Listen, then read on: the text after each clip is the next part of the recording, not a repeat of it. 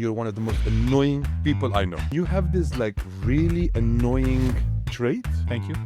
which I believe is called happiness. Yeah, Mohamad Ali Akkaoui. I do wear many hats. What I do is I own a place called Amin, which I've co-founded with my family. I also do brand consulting and development with a company called Develop, which I've also founded. I just wanted to spend more time with my family because we're all workaholics in the family. A passport picture of my dad when he was like 40 falls on the floor. Yeah. And I look at it, I'm like, Mom, can I keep this for a second? I take a photograph, I send it to someone, I was like, you know how to make like caricature? The she goes like, yeah. I always chose that kind of the hard route towards things. So I had to limp plus 20 kilometers. On the road, I had a bad mango. Everything that could have went wrong, and it took me around 12 hours and something. But when I finished that, 12 hours. I became super comfortable being in my own head. No music. No music, no nothing. I was the kind of person, I'm doing better now, where when I used to speak to myself, it wasn't the greatest.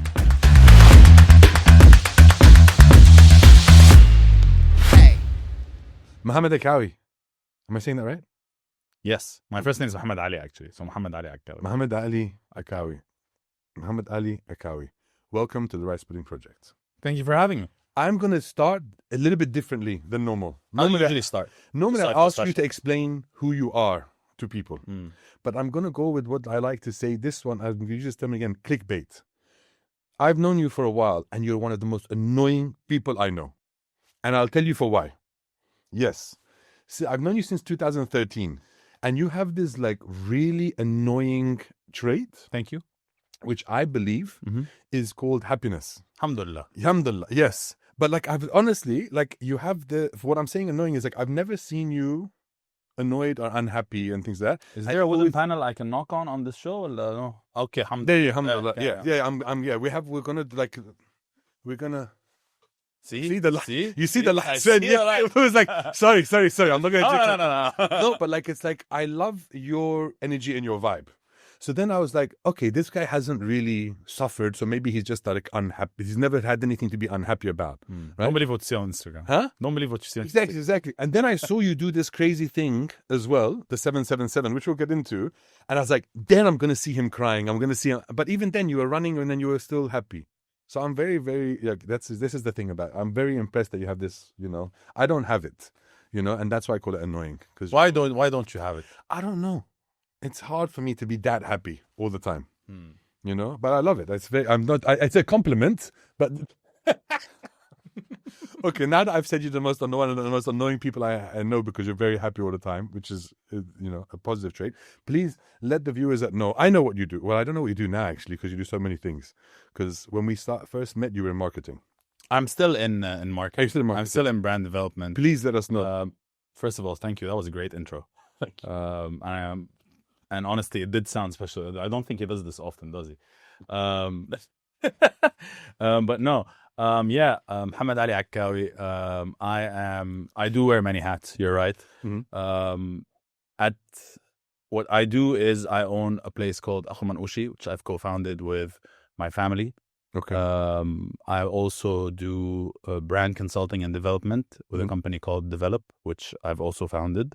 Where we work and support up-and-coming local brands in different aspects that help them grow and develop, hence the name. See what I did there? But far and foremost, I'm a partner, I'm a son, I'm a friend. And like you said, like it's like happiness could be selective where people want to see it. But to me, life is short. I try to enjoy the journey as much as I can with everything that I do, with the people that I love.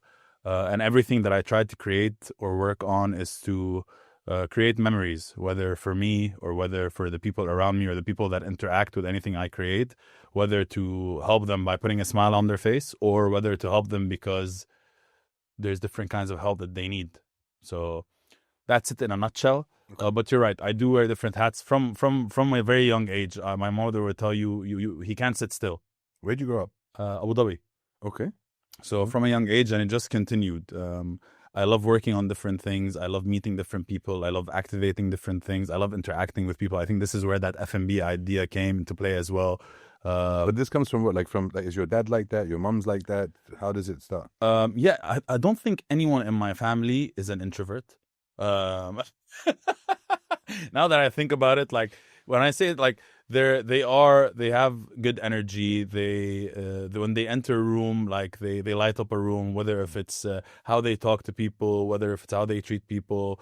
They're not the most talkative ones. Even though I am. I don't know where I got that. Are you only from. child, or you have brothers? No, I have 2 older sisters.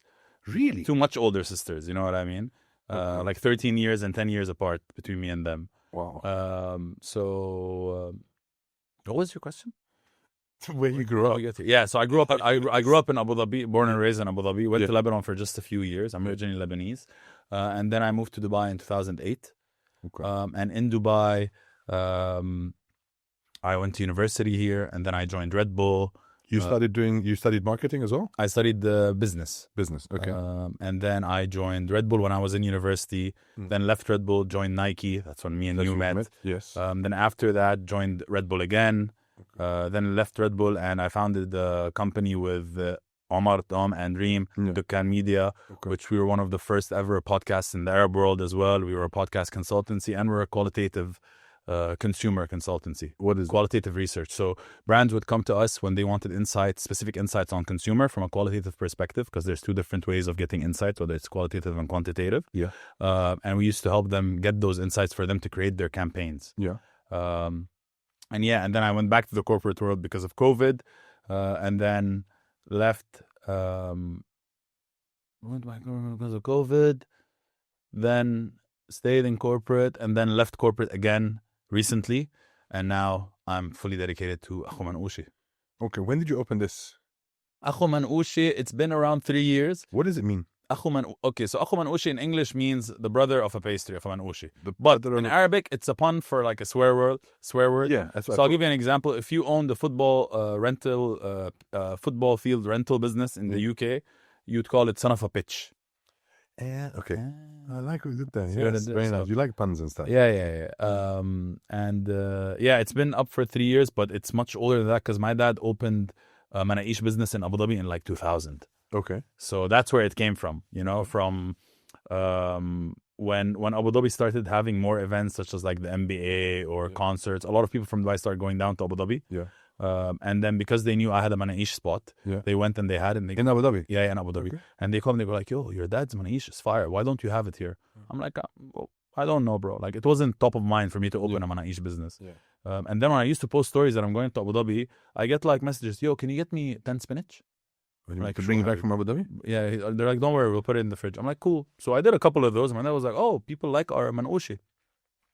And I'm like, yeah, you want to open up in Dubai? He goes like, yeah, why not? Let's try it. I'm like, but I have one condition. I control the brand and the marketing. And he goes like, why? What do you mean? He's like, well, it's been, my name has been in Abu Dhabi since the 2000. And it's called Atyab Manouchi in Abu Dhabi, which means the yummiest manouchi. Because he's like, khalas, I'm not going to hurt my head. I make a good product. I will call it yummy. Good product. Khalas, yummy. You know what I mean? And that's him. That's Baba. That's Baba. Some people say it's Saddam Hussein, some people say Saad al-Hariri, but it's not a political figure. This is my dad. This is another way. I'm getting there. So, and I was like, okay, but I'm going to control the brand and the marketing. And he goes like, why? What do you want to call it? And I said, Akkaoui Manouchi. And he goes like, no, what do you mean? One, they won't approve it. What do you mean Akkaoui Manouchi? People will think it's a swear. I'm like, people will think, if their mind is, can we swear on this podcast? If their mind is shitty, they will think in a shitty way. If their mind is funny and it's pure, they will think in a funny and pure way. You know what I mean? It shouldn't insult anyone. So it took me like a month of lobbying for him to say yes on the name. And finally he goes like, okay, let's just do it. I'm like, perfect. He's like, do you have a logo at least? Like, what are we going to put on the... I'm like, damn, we need a logo. And I'm like, I knew I wanted an emblem. Yeah. Not a typography thing, just because I knew that this brand is going to be something like memorable. Like, and honestly, one of the main reasons we started this, not everyone knows this, because I just wanted to spend more time with my family. Okay. Because we're all workaholics in the family. So I barely used to go down to Abu Dhabi, or if we went down, everyone just eats and leaves. Yeah. So like the only way I can get my family here is to do something that they love, which is work. Okay. So you're a workaholic family. Yes. So to spend time, you get them to work even more. Yes. That's the only way it worked, by the way. Okay.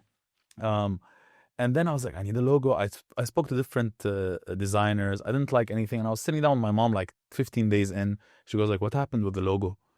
I'm like, well, I couldn't find anything, Mom. And she was sitting down and she was like, you know how moms have under the bed this like file folder that has like all your stuff that you need, from not just your passports, everything, to your medical records, to your diploma. And she's fidgeting around with something, and a passport picture of my dad when he was like 40 falls on the floor. Yeah. And I look at her, I'm like, Mom, can I keep this for a second? She goes like, yeah, keep it. I take a photograph, I send it to someone. I was like, do you know how to make like caricature logo? She goes like, yeah. 3 hours later, she sends me this. And I'm like, done. I showed it to my dad. That took another month of lobbying. You're going to put my picture. What do you think? This is KFC? I'm like, we're going to be bigger than KFC. Don't worry. Sorry if I'm shouting. He's like, okay, let's do it. Find me a shop. I'm like, Dad, Shop? in Dubai, there's no shop. We do pop-ups. Yeah. He's like, okay, fine. So I was walking around Hyde Hotel, which is in Business Bay, with the marketing manager, because I was working with them on something else. Yeah. And she was like, oh, we also have this Levant place here that doesn't do greatly, but we do brunches here, but it doesn't have a lot of footfall. I'm like, yeah, I know. I just also opened the Levant brand. I was winging it. She's like, oh, okay, cool. What's it called? I'm like, it's called Akhwan Ushu. She starts laughing because of the name. And she goes like, we should do a collab. Okay. I'm like, okay. This was like on a Monday. I'm like, when's your brunch? She goes like, it's on Sunday. Yalla, done? I told her, done. Hello, Baba. I need. He was like, no, what? Fake it till you make it. Done. Yalla, we bought an oven. We got a sheeter. You bought an oven. We bought an oven. We bought a sheeter. We did everything in like 6 days. Sheeter is the one you put the dough in so it can flatten. Because we don't. Yeah. We got all that. We went and we did the event. And now the lights will go up. Yeah. The light, yes. People showed up. Like, this is the beauty about the scene and the communities in Dubai, especially the F&B and everything.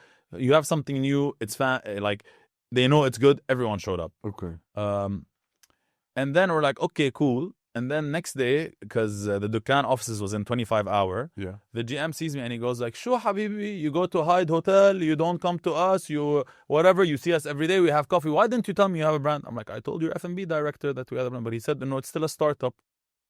An hour later, a guy called me. He goes like, okay, what do you want? I'm like, I want the upstairs lounge that you have for all of Ramadan. And he goes like, done. Just like that. So we pop up in 30 days of Ramadan. Yeah. Up there, we take the same oven, everything there. We pop up for 30 days. It went, alhamdulillah, it went great. Man, I was at Nike and I was at Red Bull and all that. I never even had GQ call me once or even tag me anywhere. Abu Muhammad and Muhammad comes, they do a pop-up in 25 hours. He's in GQ. Like they came, they did a PR thing. Akhwan Ushi locally pops up in 25 hours. And your dad's face is my dad's there making manaish, you know. And he's like, and even, you know what's funny is that the first day when we did the pop-up, he goes like, why do you make stickers? Who's gonna put stickers on their phones of my face? And everyone took the stickers, they put it on their laptops.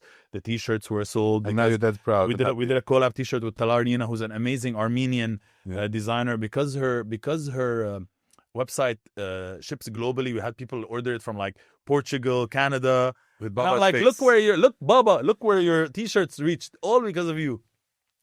And we're like, and then Ramadan finished, and we're like, thank you guys and everything. And honestly, this all was created just so I can spend more time with them. I never even thought we were going to open anything. Sirkal gives me a call, and they go like, why don't you bring your brand here? And I was like, okay. So we started discussing. So they saw all of this during Ramadan, and they reached out to you. Yeah, like I'm telling you, thank God for 25 hour, for the community, for my friends and everyone that came and posted. We got a lot of good traction that got us to where we are today. It seemed like it's very easy. It can't have been that easy. No, it wasn't that easy. You know, one, it's the F&B industry, and there's no blueprint in the F&B industry. Yeah. You learn with trial. I see this like, it's so easy for him. Let me go do it as well. You learn with trial.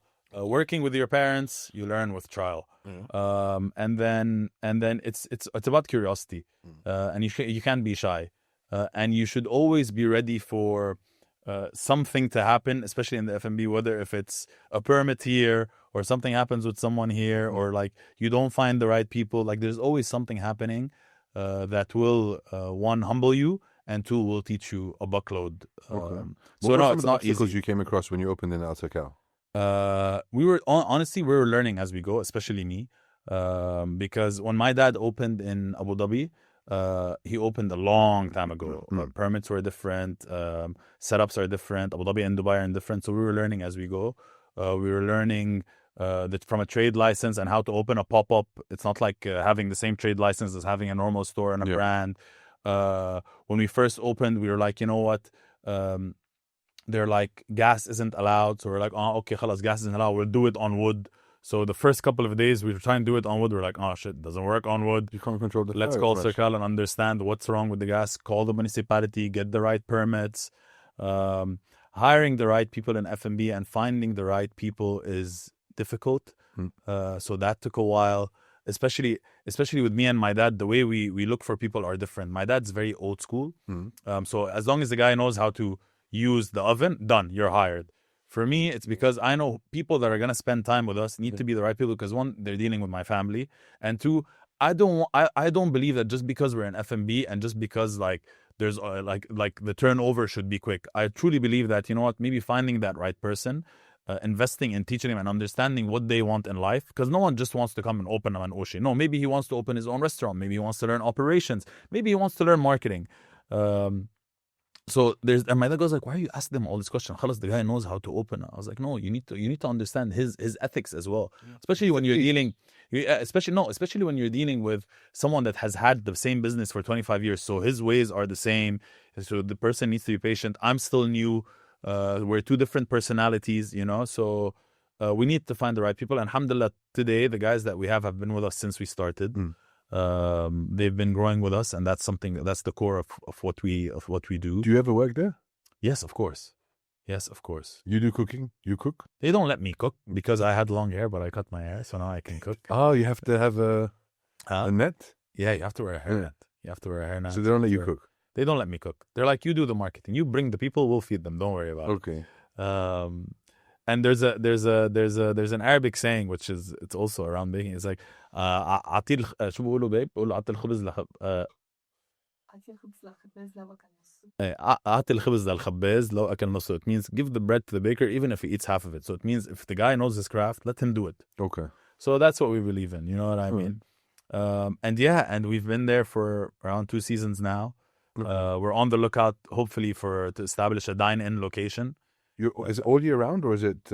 So this year we did it an all year round, so we can see how the summer is. Yeah. And for next year now, like I said, we're looking for a dining location. So if anyone knows any locations that they can recommend, send them to you. Akhu.manoushi on Instagram or Akkaui's. Which brings us to, I got you some manaish, man. You know, I'm not gonna come here and say my story. Okay. Which flavor? What is this? Baskin Robbins, Habibi? Which flavor? Which flavor? Okay, so how do I got you a lahm bajin. Okay. And I got you a cheese. Yes. And I got you a fig. Did you bring Akkaoui cheese? Of course, bro. Okay. All right. Course, let's try. All right. I also got extra for the team. Don't worry. Okay. Okay. So this is for me. Oh, this is the chef. Or the team. Okay. This is for the team. Okay. Here you go. I am I am the company. All right. Okay. All right. So this is the dessert one. This is. How do you know? Habibi. The weight of it. The weight of it. I work in this industry. Yeah, but you were doing the marketing. I didn't think you were the chef. I'm there. There's ingredients. I understand. I'm curious. I started by telling you I was curious since I was a kid. Okay. Do you want Akkaoui cheese or you want? You want to top them up together and have it both? I got you. Right. Yeah, sure. So okay, why don't they put lahma bajin and cheese? I do. We do. You do. Okay. Yeah, okay. Here, this is the cheese. Hold this. Okay. I hold this. Like this. Making it. Okay. So I open it. Wait. I will. Wait. Sabur. Okay. I like the bread. Question. Okay. You have them separate or you just go one bite? So I go like this? Yes. So I go on camera? Yes. Right, damn. That's good shit. Are these in your shot? Yeah, but it's nice. Oh. That's really good. So that's what we do. We do manaish. The bread I like this bread is thin. I'm not BSing you. I hate the thick bread stuff. Yeah. Like I don't like this is. Ooh, what's the secret to the bread? Honestly, you're gonna think this is cringe and cliche, but it's love. Honestly, I swear. And the person that made this manouche for you loves what he does. Oh, doesn't love me? Loves what he does. You know what I mean? He doesn't know you yet, but he wants to ensure that you're going to have a great experience, from the smell to enjoying every single bite, or remembering if you were brought up anywhere when your parents sent you to get manaish or to get something from the local bakery. This is what you're going to remember through this. That's to finish it? Or am I okay to finish it? Is it okay to finish it? Okay. Yeah, relax. You know what I mean? This is...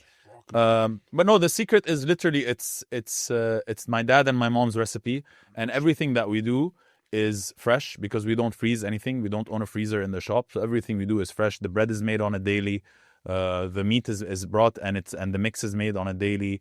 Everything. So we don't freeze anything. So that's why you taste the freshness in it. No BS. No BS. You've mentioned. I eat a lot. The manish. You can't. Well, I used to eat a lot.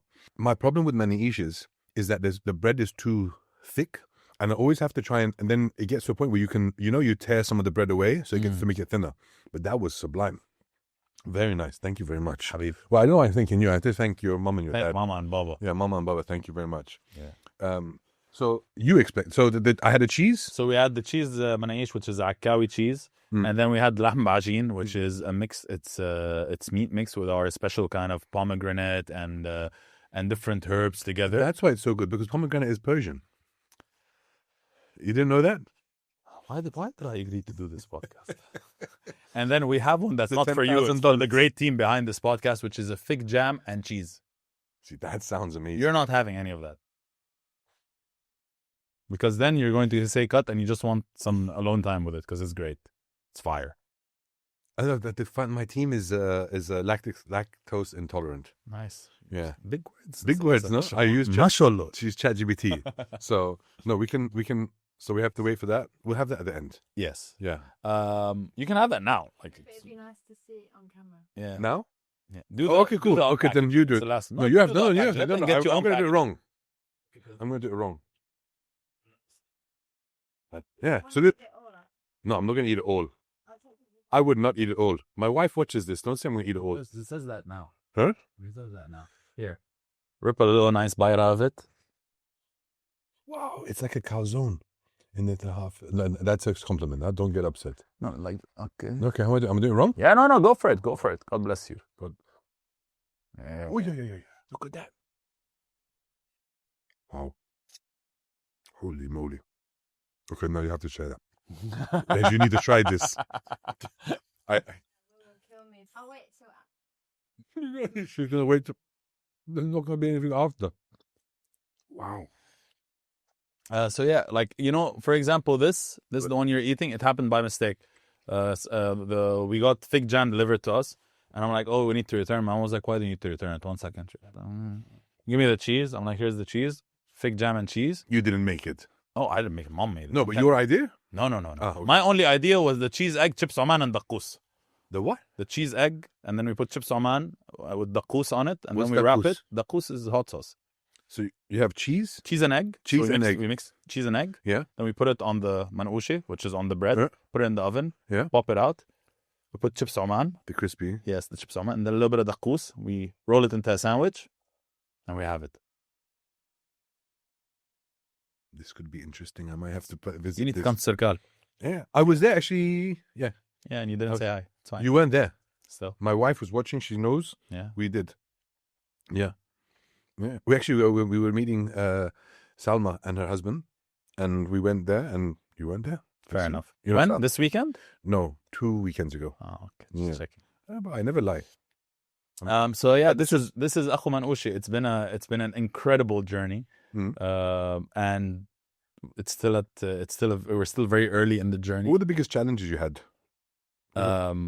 What do you mean? Like opening and doing it and finding the right products. So, like, did you have any problems? And I'm curious how you dealt with them. So I want to see Honest- your pain. okay, so Jesus, man, like how it couldn't have just all been easy. I'm telling you, it wasn't easy. Yeah, but you're like, it wasn't easy, smiling like nothing. What do you want me to cry? Yes, yes. No, man, it wasn't. Honestly, it wasn't easy because, like I told you, like I had to learn everything from scratch. But what made the process a bit easier is because I'm not a shy person in terms of asking questions. Okay. So I called every single person that I know and asked the dumbest question that you would like. Where is DED? What does DED stand for? What permit do I need? They're like, doesn't your dad own? Like, even though, just tell me. Where do I get packaging from? Where do I find people? Do I go on a Facebook group and throw that I need someone, and then 90 people a day start calling me and sending me their CVs? Going to DED and trying to convince that, because the name actually got rejected the first couple of times. Like your dad said it would. My dad said it would. So sitting down, they're like, oh, how do I, like, I already told Circal, I told Circal I have everything done. Like, we're going to pop up. and then finding the right suppliers, understanding how to build a booth, and then realizing that I needed to go show the municipality what the booth looks from the inside, so they can say, do I need 1 or 2 sinks, which I've already started building the booth. So I need to go speak to my supplier and say, bro, like we need, and negotiate him down because now he wants to charge me more. Yeah. And all this without telling my dad, because I didn't want to trouble him. So there was a lot of... You didn't want to trouble him because... Or you just because you didn't want him to tell you, I told you so? Or No. So some of the things that he did tell me. I can't imagine having to work with my dad. It was a mix of him not telling me I told you so, but also it was a mix because I knew if I told him, he would probably leave the branch in Abu Dhabi and just come here and just stay here. And I didn't want to burden him yet. Yeah. And also my whole life, I always said, you know what, you only learn from struggle. Okay. So most of the decisions that I made, I always chose that kind of the hard route towards Who taught you things. that? Who taught you that? Because that's a very valid lesson. Honestly, I learned that while growing up through different people around me. And honestly, and then understanding that you can only learn from experience, like seeing it through people, whether if it's people I know or whether it's people that I read about or listen about. And then I started doing it. Yeah. Everything from taking a job that pays less, that makes me stay in Dubai, but it's a reputable brand because I know it will probably get me advance quicker into my career, even though the money's not right and it's gonna make me struggle. Yeah, but okay, so that's interesting because now no one would. Very rarely will people do that. They don't think about the long term. They just think about the short term. They want the money. So what made you think, all right, let me make less money now because opportunities later on will be more? What inspired you to think that way? Was it your dad, your mom? Did you have someone, a mentor who gave you that kind of advice? Honestly, seeing my dad most of his life hustle and making and going through the hard routes made me kind of understand that path. Yeah. Like my dad's kind of the same. He's a very hard worker. He's a hustler. He does everything through passion. He does everything for his family. He never taught me that, but seeing the decisions he made, whether if it's, for example, coming here by himself when all his family was in Lebanon, living in a small studio apartment just because he wanted to make more money to fly us all in so we can all live in a house. Opening Atyab Manouchi in Abu Dhabi all by himself, and he had zero experience in food. But because he had zero experience, like the amount of times my dad burnt his hands and made bad za'atar and burnt the manouchi. I thought this is like a family thing that he gives them. So my dad used to work in home appliances in Lebanon, and then when he came to the UAE, he worked in the army. And then when he finished from the army, he started opening different businesses. He was part of a construction business. Then he opened the rent-a-car company. Yeah. So where did the manouchi thing? His brothers in Lebanon most of them are in the F&B industry. Yeah, but okay, just to be clear, he didn't know how. He wasn't F&B, and then he opens up and he calls it yummy. Yeah. First of all, he called it Za'atar Rozet, funny enough. He opened, he goes like, I need the name, let me call it Za'atar Rozet. Za'atar Rozet was still not in the country, by the way. Okay. This is like 2000, I'm telling you, 2001. And then 2-3 years later, Za'atar Rozet come and goes like, like we have the IP rights and all that. And he goes like, you know what, I make a yummy manouchi. I'm going to call it Atyab Manouchi. So he learned by experience. Like he got people to help him and he learned from them. And now the man makes one hell of a manouchi. 100%. Like 100%. But he'll tell anyone. He's like, when I first opened, I opened it because my brothers have them in Lebanon. I opened it thinking that maybe one of their sons would come and join me. They couldn't make it, so now I have a manaish place, and we also had a Sikh shawarma there. He goes like, I have to learn, so he hired one chef there. So it was him, and he just learned by experience. But he's like, the amount of times I burnt my hands, the amount of times I burnt the manouchi, the amount of times I made customers wait for hours because I didn't. But because manouchi is supposed to be quick and fast. But he believed. He was very passionate about it. My dad loves people, and he believed in it. So I think also seeing that subliminally, my subconscious started building that, like things don't come easy. Yeah. And hence why any decision every time I'm faced with decisions, I look at the one where I would learn from, and that's harder. And I took it. So whether if it's taking a lower paying job and staying in Dubai because I knew there was a more networking opportunity. The brand that I was going to work with will take me to places. And yeah. You worked on some cool brands because Red Bull is I was very fortunate and to work with some amazing brands with some amazing people. Please don't. I didn't work with you. Don't worry. Selectively meeting people that have made an impact in my life. No, but you did some big events with Nike. Yes, we did. Like iconic ones.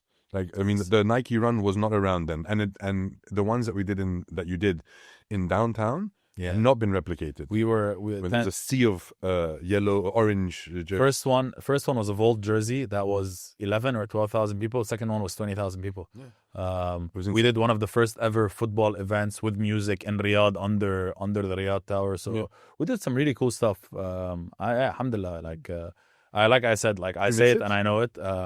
I'm very fortunate and blessed to be working with some of the coolest brands in the world, and got the chance to do some kick-ass projects, meet some great people. Thank you. Great at the time. Now he's not that much. Not so much. Not so inspiring. Do I miss it? Of course. And that's why part of the things that I do with the other startup Develop is that I still work with brands on certain projects, or even help or taking all the learnings that I've learned from these big brands and see how I can help mid to startup brands that are coming up, whether if it's in sports or FMCG, or even F&B. Like Akkaoui Ushe is underdeveloped because it's our baby. Okay. Now, all the time that you were at Nike, you did not run. You were not a runner. I wasn't a runner. You were very much lifestyle, cool, chill, funky kind of dude. Yeah, I was more into like football, basketball. Yeah, I remember music. I wasn't a runner. Yeah. And funny enough, there wasn't a big running community, and we were like, how do we? Yeah. And I wasn't a runner. Maybe I ran once. Created a running community as well. Yes, they started the Nike Run Club. Yeah, but you didn't run then. I remember we didn't run, and even Dubai wasn't positioned as a running city because of how hot it was. Yeah. So, and it also was a bit there was only small communities that were running so early in the morning. And then when we started the Nike Run Club with all the great coaches that we did, it started building that community all the way to the Nike Run Clubs, to smaller events like the Midnight Mile and all that, all the way to We Run Dubai. Yeah. And now you look at it, we're in November. Hopefully this comes out while we're in November. I mean, and we have Sheikh Zayed Run, which is 100,000 people, I think, that do 10K on the end of November. Yeah. So is it? It's end of November. It's the last end of November. People go on Sheikh Zayed Road and they run either their first 10K, their happiest 10K. Are you running? Yeah. Okay, so then what made you, why did you decide to, because you didn't used to run? I didn't used to run. I did not enjoy running whatsoever. You started going to the gym? I used to go to the gym. I used to do a lot of either strength and conditioning or stuff around basketball, or I was a very team sports kind of guy as well. Who also went to the gym, but never had any. I went to the gym just to stay fit and stay injury free. So you went from never running to deciding to run the 7 Emirates in 7 days, which is equivalent of how many? So we did 50 kilometers a day for 7 days every day. So you did ultras. That's an ultra. Because any 50 kilometers is an ultra. Anything over 42 anything over a more than a marathon. Yeah. Why? Funny enough, before I decided to do it, DFC, Dubai Fitness Challenge, they were doing kind of a campaign about like letting people do things that is uncomfortable for them, and like what sports is uncomfortable, what's fitness sport. So I was like, you know what? I love training in the gym. I love basketball. I love paddle. Nothing of those would make me uncomfortable. You're a paddle person as well? I'm great at paddle. Anyways, so I was like, paddle. Let me continue my story. Okay. So I was like, what do I dislike? One, I don't like running, and two, I wasn't comfortable being in my own thoughts. So I was like, I could not imagine being inside your head alone running. So I was like, I'm going to do my first ever 10K. I never ran a 10K before. Yeah. Under an hour. Under an hour? Under an hour without music. And it was 3 weeks out. So I asked a couple of my friends, they told me that there's a coach on Kite Beach that teaches you how to run. I'm like, what do you mean teaches me how to run? They're like, no, there's a way that you land. There's a way that, I'm like, okay, I did a couple of classes. And I went for a run or two, like by myself. And I'm like, okay. The most difficult thing was the whole no music part. the running was all right, but it bored me. It bored me, but I think it bored me because I was uncomfortable being in my own thoughts. So I was just super confused while I was running because I didn't want to think about the things that I was going through. So I was like, when is this going to end? So anyways, fast forward, the FC, I did it. I do it under 10 kilometers. I did it under an hour, 10 kilometers, under an hour. Oh, that's fast. And I did it without music. And I was like, oh, okay, you know what? I got a bit comfortable in my being alone with myself without music. Running was fine. I still didn't enjoy it. And then Stefan Müller. The tall guy, right? The tall guy, man. Yeah, he was at Nike as well. Yeah, unfortunately, I met him at Nike and he's still in my life. He comes back from Italy. He did 100K in Italy. 100K. He did 100K in Italy. Okay. And he had a podcast at the time. Yeah. Called Forever Student. Okay. Which was Forever Student. Yes, he had a podcast called Forever Student. That was under the Dukkan Media Network. And I was like, I should interview you on your podcast about your journey. And we sat down for a good hour and 20 minutes. Yeah. He said some amazing things. You should listen to the podcast. And then I was like, all right. I love that you're promoting another podcast on my... It's okay. It's all process. Yeah. Maybe you'll come on my show and interview me one day. Maybe. About my journey. Why not? Yeah. And I told him, what's next? And he goes like, I'm born and raised in the UAE. I want to do something in the UAE. I talked to my coach. I'm going to do 7 50Ks in 7 days. I'm like, okay, cool. He's like, what about you? I'm like, maybe I'm going to do a half a marathon now that I did 10K. Like let me do a half marathon and I'll see if I can do that. He goes like, okay, perfect. I go, I sleep on it. I wake up, I call him. I'm like, Stefan, maybe I'll do 1 or 2 of them with you. He goes like, bro, like 1 or 2. I was like, so you went from... He's like, let me know. I'm like, all right, cool. I'm like, you know what? I'm going to do all 7 with you. Because I saw that other people were, I'm like, I'm going to do all 7 with you. And he's like, all right, it's in 9 months. 9 months. Come, Okay. you're more than happy to train with us. Please come and train with us. I'm like, perfect, let's do it. And yeah.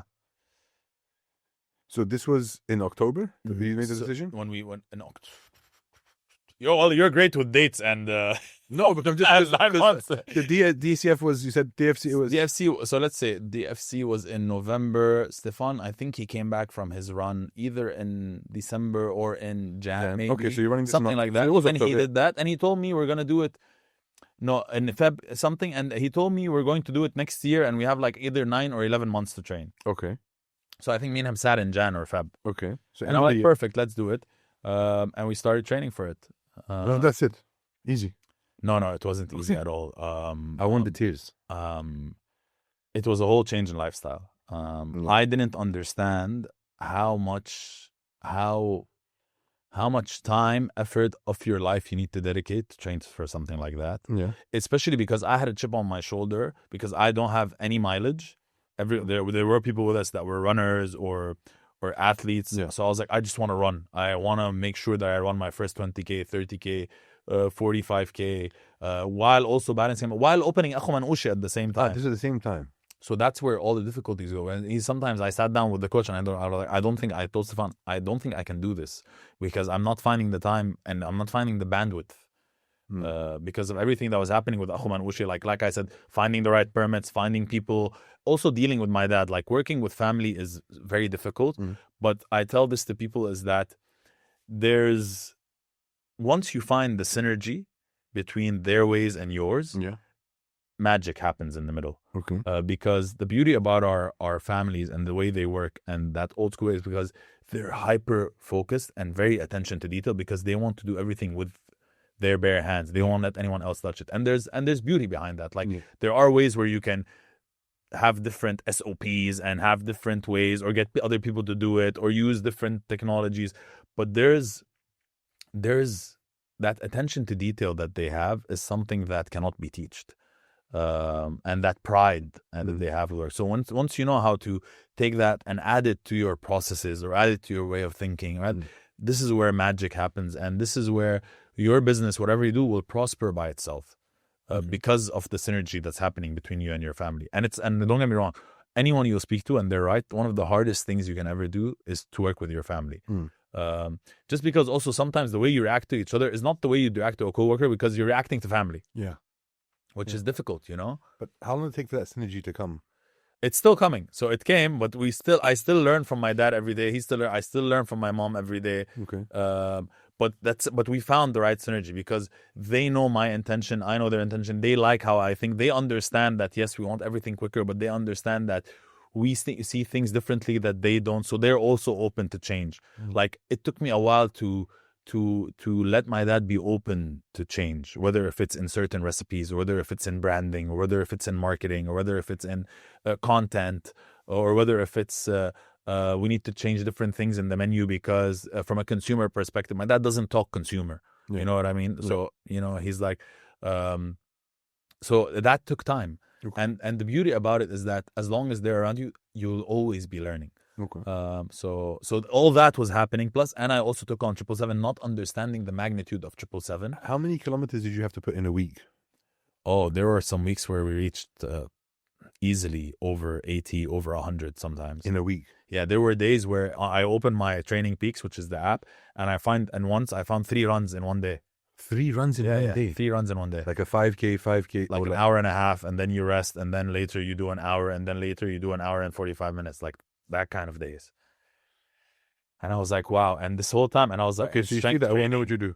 Huh? And when you see that, you're like, how the hell am I gonna? I was like, you know what? I've signed the paper. I've said I'm gonna do it. I'm going to do it and see and learn the hard way. Whether if I get injured, or whether if I learn through it, or whether if I learn something new. Because when I was sitting down with Stefan and I was asking him, Stefan, what are you looking forward to? And he looks at me, and this is he goes like, I'm looking forward for the pain.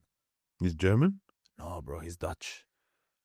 And I was like, what do you mean? I'm looking forward to the pain. I'm like, what do you mean? What pain? I mean, I know there's pain, but why the pain? And then I understood it is because once you go through the pain of something like that and you still finish it, it flips your mindset. Because you've put your body and mind through something and you came out a winner, then a lot of different things will be either a piece of cake or an easy decision, or it won't hurt as much, or it won't be as difficult. So he looks forward to overcome something like that, to strengthen his mindset and yeah, really, really, I swear. He's not heard of meditation. And I got it because in one of the 7 was one of the hardest and toughest days of my life, which is Fujairah, is because after in Fujairah 1, there was a lot of incline, and on like kilometer 20 something, my IT band started giving up on me, so I had to limp plus 20 kilometers. And on the road, I had a bad mango, which wasn't part of mango. It wasn't part of the nutrition plan. So I had a bad mango, which made my stomach ill, which made me start looking for a bad. So everything that could have went wrong, and it took me around 12 hours and something. But when I finished that, 12 hours. Yeah, because I told you I limped 20 something kilometers. 12 hours. Yeah, Fujairah took me 12 hours. And then that's not the end. So you have to the next day running again. Next day I woke up and I couldn't walk. I couldn't raise my legs, so I had to cycle 50 kilometers. Cycle? Yeah. Because I was like, I need to do 50. We said we were going to do 50. Unfortunately, I cannot run a 50, so I cycled. How many hours did that take you? That was much quicker than a usual. Than the 12 hours. I don't hope so. But I understood what they meant is that when it's all in, like, I understood the mind over body. And then I understood what Stefan was telling me about looking forward to the pain. And it's more of looking forward to the experience and overcoming the pain. That's what he meant. But at the time, it was just like, I'm looking forward for the pain just because he wanted to be I understand that. But what if, let's say you're in pain, right? Why not just stop? Because you're injured, you're hurt, you can't run. So you have a valid excuse to just not do it. You'd be very surprised what your body can overcome once you push it. And I always used to hear that, or I always used to watch documentaries on YouTube and never got. But then I was like, oh, okay. Like when we did Fujairah, recently I just did Last One Standing. So Last One Standing is a race in Fujairah as well. Yeah. That was so this weekend was the first time I go to Fujairah after that last Fujairah 777, where it's an 8.5 kilometer loop on a mountain with around 500 meter elevation, 8.5 kilometer loop. And you do that either for 6 hours, 12 hours, or 24 hours. Boss, 1 second. Yes, boss. 8.5 kilometer loop. Yes. 500 meter elevation. Yes. And you do it for 6 hours, 12 hours, or 24. When you say you do that, you continuously run. Continuously do that. So you don't sleep for 24 hours. Yes. So I didn't do the 24 hours. What did you do? I did 6. Okay, wimp. Even How though many I was kilometers telling, is that? That's still over 50 kilometers. No. Because of the incline, it's not as. So I did around. I did 4 loops, which comes up to around 34 point something. That's 2,000 meters of elevation. Yeah, around 1,900 meters of elevation. So you're going and then down and it's like, Yeah. why? Honestly, it's just, again, like, Please tell me Stefan went and did 24 hours. no, Stefan. So Stefan didn't do this, but because he's training for 100 kilometers in December, and then they're doing 100 miles in New Zealand in February. I know someone else is doing that. She was on the show as well, Tatum. She's did the doing same it with them, yeah, Yeah. 100%. Tatum's People doing are it. crazy. Yeah, they're crazy, but like I said, it's an experience. You learn a lot about yourself. You learn a lot What did you about learn? your body. You know what? I truly learned that. That's a great question, man. I should have gotten my notebook that I wrote all the 777 stuff on it. The most thing that I learned about is that I learned to be in my.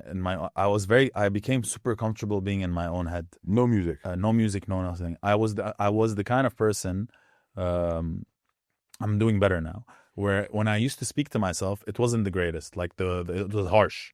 Negative thoughts. Not negative, but it was a very like harsh kind of way of like speaking to myself to do stuff. Like it was a very bullish kind of way of speaking. You bully to yourself? Yes, 100%. Okay, this is from childhood, or this is just to get through this? No, it was from childhood. Like even when it was like if I Really? need, whether if it was in sports or like the way I spoke to myself, like I said, it was a bit bullish. Like get up and do it. Like it was very like you're not good enough, etc. So being in that kind of experience and going through Fujairah, it teaches you how to be more comfortable in your own thought. Teaches you how to love yourself, and it teaches you that your body and mind are only there to help you grow. So it made me much more appreciative of my body, of my mind, of everyone around me, of myself. It made me just think differently when it comes to challenges, when it comes to decision makings, and it also taught me to enjoy the journey. And this is something that I've been saying recently because it's that. Because I'm talking about myself, this could apply to you or to anyone. I think because we are in a very fast-paced city, Yeah. and we're always on the hustle, and we're always looking for that goal, that end goal, we don't enjoy the journey. Yeah. And then alhamdulillah, when you reach the goal or when you're changed, you go like, but a year and a half has passed, 5 years have passed. Yeah. Yeah. So it's not the finish line. That's the journey. So that's why now everything I'm like, even when I'm with my partner, where I tell her I want to enjoy the journey. Wherever like we understand the goal, but she's taught me how to slow down. So it's about enjoying the journey, and I learned that then like a bit, and now since then it's been a key thing in anything that I do. Would you do it again? 777. I would do something of that magnitude again, yes, but because I've understood that it's something that takes much of your time and much of your mind space, I would like to do it when I'm in that right. Because I want to invest the time and the bandwidth for it, and not just do it secondary. You know what I mean? Because it's just to enjoy the journey. You know what I mean? And also so my IT band doesn't fail on. But so what day was the Fujairah in the race? In the Second day. The second day. So first day was Abu Dhabi, and that's when the big storm happened. So we were running under the rain. And because you're running under the rain, or it's not. But the thing is that when you're running under the rain and it was hammering, it was that big storm. When we barely looked at our garments and we ran faster than we should have. So you know what I mean. And so when we woke up for Fujairah, and we just and there was that inclines. Yeah. My IT said, "Come, let me tell you something. The third day you cycled, but then you went back to running on the fourth. Yes, in Al Khuwain. Okay. But you know what? Because of that, I enjoyed running. You still run a lot now? I still run a lot. Okay. I enjoy running because of it, of the people that I meet. I met my partner Noor because of running. Yeah. She runs as well with you? Yes, she's a great runner as well. She did 2 of the laps with me. She was my pacer in Fujairah. And it's I don't know. One, it reminds me of, you know, when I want to just run with myself and having like chats and everything that I learned from 777 and all along the way. And and you meet a lot of great people running. Like I know everyone says, "Oh, running are the new dating clubs." No, running is it? That's what they're saying. You know, Okay. Well, I met you, so you know. But you really meet some incredible people along the way. Okay. Yeah, like I met a guy that ran from Abu Dhabi to Saudi. Come again? Yeah, from Abu Dhabi to Saudi, 2,000 something kilometers. In how long? 7 days. And why? Yeah, he was raising funds actually as well. Fair enough. That's okay. A lot of the people that do, even with 777, we were raising funds as well. What were we raising funds for? At the time with UNHCR, and it was for Sudan. Oh, beautiful. So Very nice. a lot of these people that do these bigger challenges is also as well to raise funds. And yeah, the last weekend with the last one stand, I was like, you know what? I haven't done something out of my comfort zone for a while. I've never trail run as well, so let's try that. That's gotta be. Yeah, we did it. It was fun. We were running. It was really difficult. Like and half like there was a lot of mixed messages in my head. One was like, listen, you need to finish this because there's like another group of people that are running for 12 and 24 hours. So you know what I mean? And two, I was like, I want to enjoy it because it's the first time I'm in the great outdoors running. And three, just again to be uncomfortable. You know what I mean? Run through pain, see where it goes, see if you finish, see if you do a fourth round. But this time I was like, you know, running and like saying I love you to my ankles and my feet and my quads and because you know they're getting me through this. You know what I mean? So there's a lot of shifts that happen since 777. You know what I mean? Yeah, so the internal voice became less. Yeah, more love. you know, I say the names of my family members and the people that I love while I'm running. You know, so it's different. It's it's more enjoyable. And I still have you know, I'm still a bit competitive, so I really wanted to see how I do. Yeah. So That's impressive. yeah. And you know, it's a joke I always used to go, I opened the Manaish shop, so rather than paying money on carbs for 777, I'll just go eat for free. So I opened the Akkaoui Manouchi. Nice. What's your favorite flavor? Is that the right thing? I'm saying the right thing. Favorite type? What should I say? It's favorite Manouchi. What's your favorite manouche? Yes. You said it very well. Thank you very much. Yeah. So, okay, another question. Before that, people say Manaish. Manaish is the plural for Manouchi. Okay, see? Learning something new every day. Yeah. Okay, so what's your favorite manouche? Sweet and savory.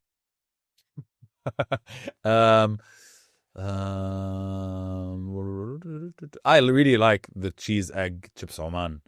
Because you invented it. No, because one of the reasons why is because this manouche has been created in the Gulf region. Because when we were kids in schools here, they used to have manaish in school. We used to take the cheese manouche, we used to put chips Oman. The za'atar manouche, we used to put salt and vinegar.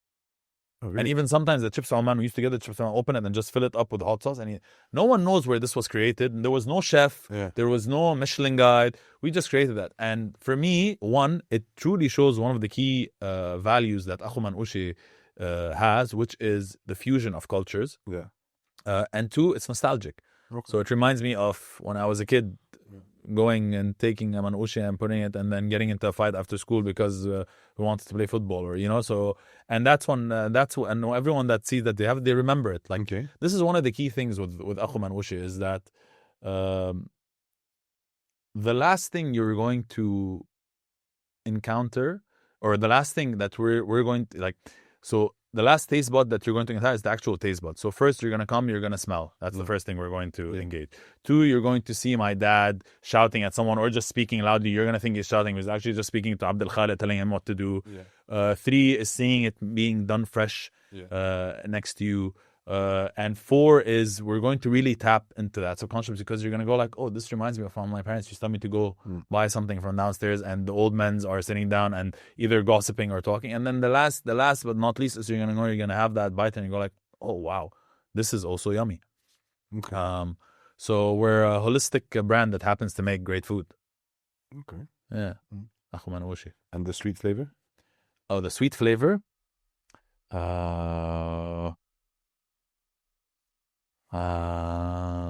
not a phone of I don't have a sweet tooth, but when I really feel like we do a knefe manouchi. We do a kanafa manouchi. Yeah. That even the syrup is homemade because my mom does it. Okay. And it's lovely. No Dubai chocolate manouche? No Dubai chocolate manouchi. No Dubai chocolate manouchi. Do they put chocolate in manouches? Yeah, we do. Is that a thing? We do. We have a great Nutella, marshmallow, and the banana manouchi. Oh, my son would love that. Yeah. Actually, no, Nutella, he's hazelnut, but the marshmallow, he's all about that. Yeah. Can you substitute the Nutella for another chocolate because he's allergic to hazelnuts? Yeah, for sure. Whatever your son wants, I can do. Yeah, he's very demanding. Huh? No problem. Not like me at all. Yeah. What's next for you? Um, Not today, in life. I think it's in life is, it's like what I first said when we first started is, one is having a family. Okay. You want to then have kids? Oh, yeah, I want to have. White picket fence. No, I need to have. No, I want to have kids so they can become employees because it's cheap labor. How many? That's why I work with my parents. Yes. Don't remove that. I'm joking. No. You have a niece though, right? Yeah. Yeah. So get her to work. You have kids. You think she's gonna have this generation? What's next for me? I think yes, is having my own family as well, but also, like I said, growing and building different verticals that can help either the people that are directly working on it and I'm working with, or can help people in need. Whether if it's I'm in need, we can. You're in need. Work on rice pudding project. Yeah. Why not? Like I said, I love working on projects and creating brands and creating things that can help create memories for people, whether if it's through helping them out or putting a smile on their face. Yeah, that's what's next. Okay, fair enough. We have a tradition. Oh shit. Yes. It's a wild question. In these tins. Not taking my shirt off. No, it's trousers. Yes. Actually, before that, I don't know why I said before that. What shoes did you run with? Because you have good taste in shoes. Cool. So the trail run I ran in Nike Pegs. The Pegasus. Yes, there's a Nike Peg trail running one. Okay. That's great.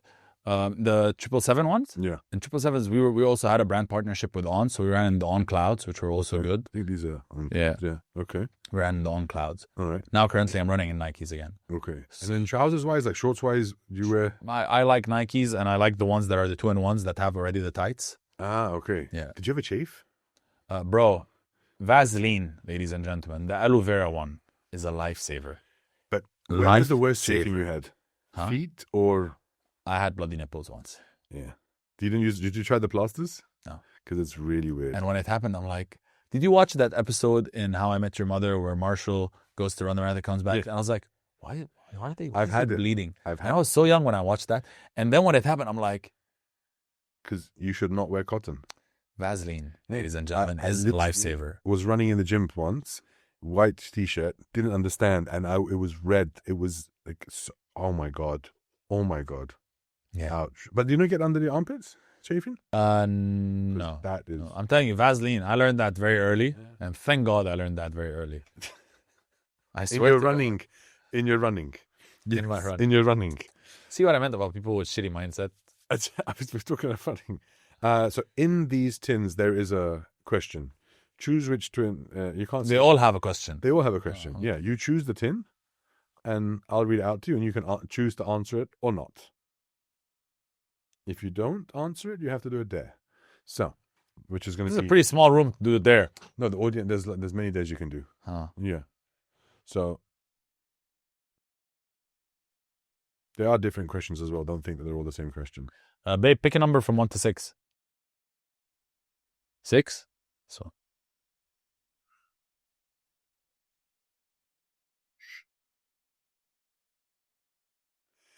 It started off so well. So you approve the question and I read it? What was one of your favorite jokes growing up? They're mostly in Arabic. Okay. We'll do subtitles. No, Abu Abid jokes. Which is? ليه أبو العبد أخذ معه عصاية على البحر؟ Okay. عشان إذا ضربته الشمس يضربها. All right. So it means Abu al-Abid was a casual character that they created back in the day that they made jokes on. Yeah. So when someone gets sunburned in the beach, بيقولوا ضربته الشمس. When you actually say ضربته الشمس, the sun hit him. Yeah. So the joke says, why does Abu al-Abid take a cane or a stick with him to the beach? Because ضربته الشمس, if the sun hits him, he hits it back. I'm not gonna lie. You know, I'm gonna send you a link to my comedy stand-up and let me know what you think. I did a 15-minuter. I know you did. Did you watch it? No, but I saw that you were there. I wanted to come there. It was at 25th. Yeah, 25. So 25 at with Sean. Yeah. Before Sean. You opened for Sean. yeah. Yeah. How did that feel doing in 15 minutes? So the first time, so I'll tell you the back end story of this. Sean came on the Dukan Show podcast, and OT and him were telling me, yo, like, Akkaoui is a funny dude. Yeah. And he goes like, why don't you do stand up? And I'm like, no, I'm like funny off the cuff, Sean. You know, like I'm not gonna write my material. He goes like, but why? I'm like, I don't know. He's like, but have you tried? And I'm like, no. He goes like, would you? I'm like, you know what? If we do a show for you in 25 hours, done. Fast forward 3-4 months later, I sat down with the 25-hour guys, and they're like, we want to do comedy nights. And I forgot about this. And I told Sean, he goes like, yo, remember what you told me? And I'm like, listen, let me MC. Like, let me... And I did it, and it went like in the MC, I threw a bit of jokes here and there that I scripted. And then the next time he goes like, okay, I think he's like, listen, people enjoyed it. You should do a long one. And I'm like, okay. So, honestly, it's one of the scariest things anyone can do is get on stage and be a comedian, especially for 10 or 15 minutes. And you need to really have some tough skin, and you really need to be witty, because if they don't laugh, you need to know how to flip it, and you need to know how your show needs to still go and believe in yourself. And like I said, we got up, and at the time we got really sick 2 days before, me and Sean, and we were heavily medicated. And I got up, and it went well. Like the first couple of minutes, like I had the jitters, but it went well. I thank him till this day for pushing me out of my comfort zone to go do it. I really enjoyed it. Would you do it again? Yeah, I would. Yeah. I would. I also wanted to dabble in Arabic. Yeah. There's a big demand for that. Yeah. I enjoyed it. And then after that, every time something happens to me, I started writing it on my phone to see how I could make it into a skit. You know what I mean? Anything that happened, I was like, okay, I'm going to switch this into a skit. You know what I mean? So my question is, why have you never come to see me perform? Huh? What? Exactly. So as a runner, I need to wake up super early. Y'all perform super late. I'm really impressed with what he's done. Yeah, mashallah, yeah. He has done, like, he's like, but I was super jealous of him for one moment only. I mean, not for but like in a way, it's like, I wish I was doing that, because I grew up watching Omid Jalili, and I bought tickets, and then all of a sudden, like, he opened for him, and I was like, oh man, I wish I'd opened for Omid Jalili. I'll tell you something about Sean. The kid is one of the hardest workers you ever see. Like, and and I see, and people think that, whether if you're a comedian or someone that does content or someone that makes a living out of content, you think that everyone's enjoying their time. But having an attention to detail to content, making sure that filming the content and coming up with the skits and being consistent and putting in the work, and then also dealing with brands, and then dealing with, if you want to do stand-up and doing tours. Like one of my best friends, Danny Neville, so he's a producer and a DJ. Friends. Yeah. So I don't know him, you're thinking. This is not about you. Okay. Because we're friends also. He goes on tour in the summer, and he tells me, like, as fun as it is, there's so much work that's being put behind the scenes to make it happen. Yeah, I know, to make things happen. So yeah. So back to it, like, kudos to Sean, man. The way where, like, how he started to where he is now, and what he's built and what he's building.